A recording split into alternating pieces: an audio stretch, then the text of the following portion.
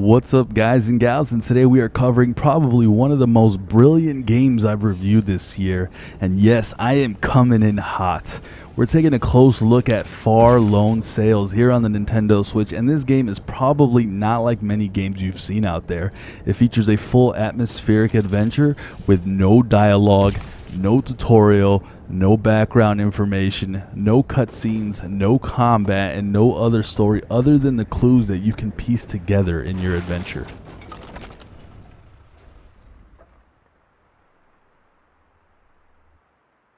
The game starts off with you leaving home and leaving a loved one who is no longer living in this desolate world. You hop on your huge and powerful locomotive and you're off with no direction on how to play this game and no clue as to where you're going. But before I get into the mechanics of this game, you might be someone who wants to figure things out on your own and enjoy a brilliant adventure without me ruining every mechanic, and with the game seemingly wanting you to learn on your own, and with it being very short, that could definitely happen. So what I'm going to do is I'm going to leave a timestamp down below and just give you my overall thoughts. But with that said, let's get into some of the mechanics of the game. In Far Lone Sails, you'll be commanding your huge locomotive, and there is quite a few things you can do on this steampunk vehicle.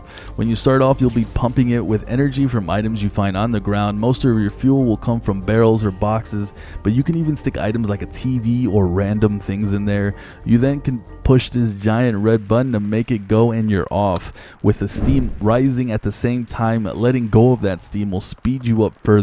But as you continue in this adventure, you'll eventually find more awesome items that'll help you traverse this desolate world. Like, for instance, you'll get some sails to catch the wind instead of using up all your fuel, a repair tool to fix things that get broken from the harsh world, or you just crashing hard into a wall, a water hose to stop fires. You'll also be utilizing pulleys from both ends of your locomotive that can be used to push your vehicle yourself if you end up losing fuel, or just for part of the game's puzzles. The game does a great job of you finding how to equip your locomotive with new equipment and making it feel really special that I won't spoil. And that is going to be your biggest theme in Far Lone Sails. You are on a mysterious adventure in a colorless background world in a post-apocalyptic setting. There is no one else around you, and you're on a journey to get to a mysterious destination, and the game's just brilliant in how it does that. For one, the art style in this game, even on the Nintendo Switch, is just breathtaking. But I will show you a side-by-side comparison so you can see that it's not quite up to the PC version, but it's still very beautiful, and the backgrounds are just awesome, and it's just even on the Nintendo Switch, it's great to look at. But you'll see a world just completely torn apart and empty. You'll see abandoned ships, wreckage, and a host of steampunk related items. You'll go through a series of intense weather, from like tornadoes to snow to rain to intense storms, and even the steampunk related items you're gonna find are definitely like unique and brilliant and well drawn. The game's just beautiful, and seeing all the different biomes was really fun to experience. But moving to the sounds and the soundtrack of this game, and it's some of the best I've seen in any game, period. And it always reflected what was happening in that moment.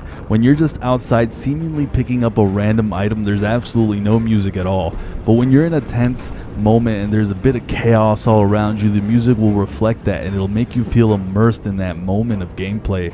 When you're just like riding along, the music's a little dark but upbeat. I don't usually talk about a game's music, but in this one it had to be mentioned just because of how well it does to reflect the moment you're in, and this makes you feel like you're just like in a TV show or a movie.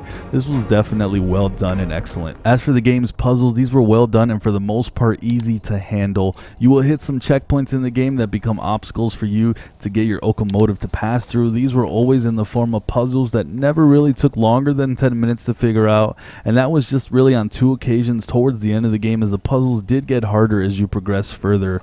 But most of the puzzles I was able to figure out right away. I think what I enjoyed about these puzzles is kind of what the outcome of what would happen.